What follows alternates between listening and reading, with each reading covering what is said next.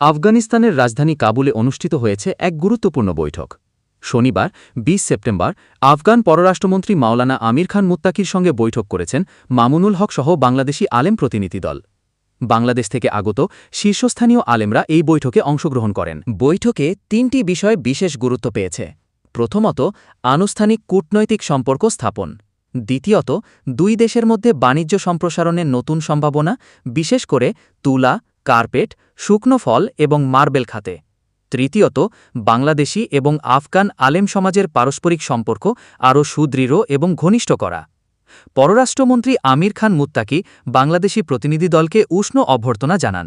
তিনি ভবিষ্যতে এই সম্পর্ক আরও বিস্তৃত করার আশাবাদ প্রকাশ করেন। তিনি জানান, আগামী ৩০ সেপ্টেম্বর বাংলাদেশি ব্যবসায়ীদের একটি বড় প্রতিনিধি দল কাবুল সফর করবেন। এছাড়া তিনি প্রতিশ্রুতি দেন যে আনুষ্ঠানিক কূটনৈতিক সম্পর্ক স্থাপনের দাবি তিনি দেশে ফিরে সংশ্লিষ্ট কর্তৃপক্ষের কাছে তুলে ধরবেন।